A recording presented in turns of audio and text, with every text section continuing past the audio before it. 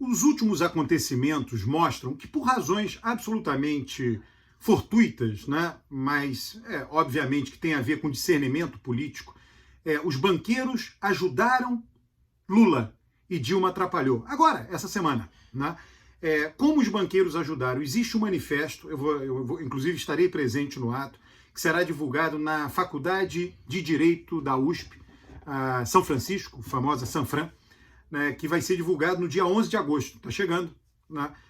A data de fundação da Faculdade de Direito, uma das mais importantes do país. E esse manifesto foi assinado pelas 4 figuras mais importantes do Banco Itaú. Um manifesto a favor da democracia, né? Isso ajuda Lula, nesse sentido. E Dilma, ao responder Temer, vou abordar isso com vagar, atrapalha Lula, né? Então isso aqui é interessante, né? Como é que a política tem dessas coisas, né? Por que os banqueiros não foram só as figuras mais importantes do Itaú, foram outros banqueiros, executivos importantes, ex-executivos importantes de banco, enfim, gente muito graúda no mercado financeiro. Por que isso ajuda Lula?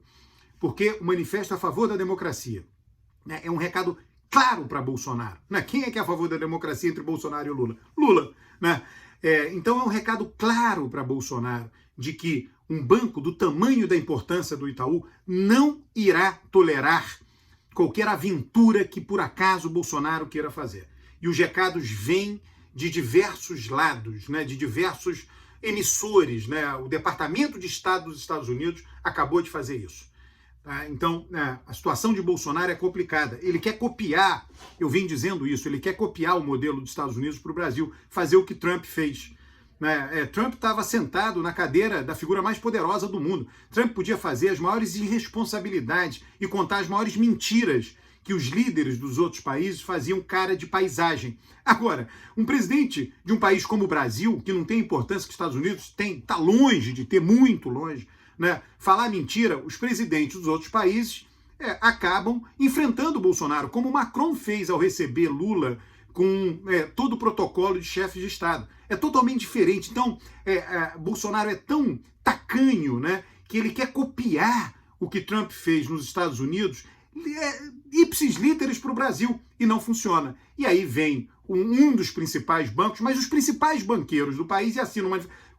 eu estava nesse manifesto, estou lá, eu raramente assino qualquer coisa. Como analista, eu enfim, não me predisponho a fazer militância, mas nesse caso, né, me chamaram, né, de uma forma muito delicada, muito gentil, e inclusive pediram o meu auxílio para conseguir mais algumas assinaturas, eu consegui mais algumas assinaturas, né? Então, esse manifesto, quando veio essa divulgação de hoje, né, que esses importantíssimos banqueiros assinaram o manifesto, eu já tinha assinado, já tinha colocado, antes da divulgação, não sei quando é que foi que os banqueiros colocaram, né? Então já são 3.000 pessoas, todo mundo dizendo para o Bolsonaro, não toleraremos aventura da sua parte. E isso é bom para Lula, né? Os banqueiros sinalizaram, se os banqueiros tivessem dúvida entre Lula e Bolsonaro, não teriam assinado isso.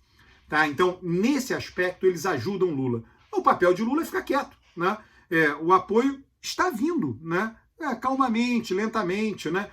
Bolsonaro está sendo responsável por Lula ter esse apoio. Basta Lula jogar parado, porque do outro lado tem, enfim, alguém que não sabe jogar o jogo, né? Basicamente isso. Né? E como Dilma atrapalha? Banqueiros ajudam Lula. Está aqui, está claro isso. E como Dilma atrapalha? Michel Temer fez uma declaração pública, né, tentando se...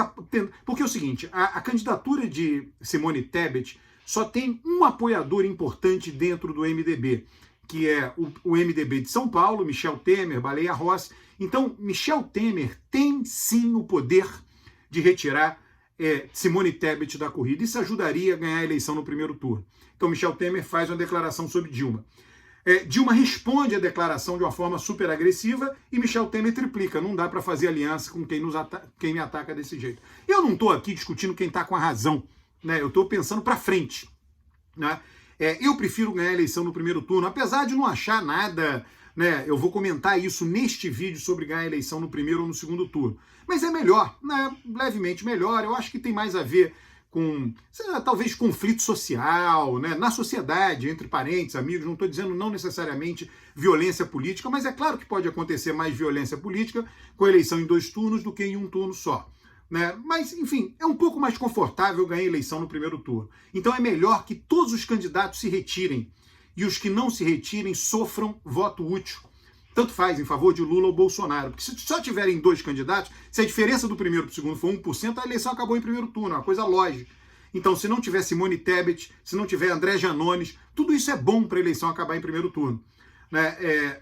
Ciro Gomes vai até o final, mas eu acho que haverá voto útil. Ele vai murchar na reta final, creio, né? Espero até, que ele murche nas últimas 2 semanas da corrida presidencial. Então, retirar Simone Tebet seria bom. E Temer estava dando um passo nessa direção e Lula estava pronto para responder e vem Dilma me dar a declaração. Né? Eu sempre digo, olha, se não quiser ajudar, não ajuda, mas não atrapalha, por favor. Né? O que é mais importante? Né? Eu penso, né, do ponto de vista político, né? Defender a biografia de Dilma, que ficou 12 meses, os últimos 12 meses do governo de Dilma, ela teve 10% de ótimo e bom. Né? Ela só perdeu para Michel Temer, que teve 5% de ótimo e bom. Foi um governo muito mal avaliado. Né? Então, o que é mais importante? Defender a biografia num debate egoísta entre 2 figuras, Temer e Dilma, ou ficar quietinho, aguentar um pouquinho, dar a resposta lá adiante, porém agora dizer, é bom que não tenha candidatura Simone Tebet para facilitar a vitória de Lula no primeiro turno. Dilma optou pelo primeiro. Então, atrapalhou Lula, na minha visão. Bom, agora a minha ressalva. Do ponto de vista, o que eu acho? As pessoas se perguntam muito, a eleição vai terminar no primeiro ou no segundo turno? Eu sempre penso o seguinte, o que é relevante? Né? O que é relevante após o resultado eleitoral é a governabilidade, é a capacidade do governo governar. Né? A governabilidade é afetada pelo fato da eleição ser ganha no primeiro ou no segundo turno? De modo algum. Né? Então, nesse aspecto, se a gente mirar apenas nisso, não é relevante se a eleição vai ser decidida no primeiro ou no segundo turno.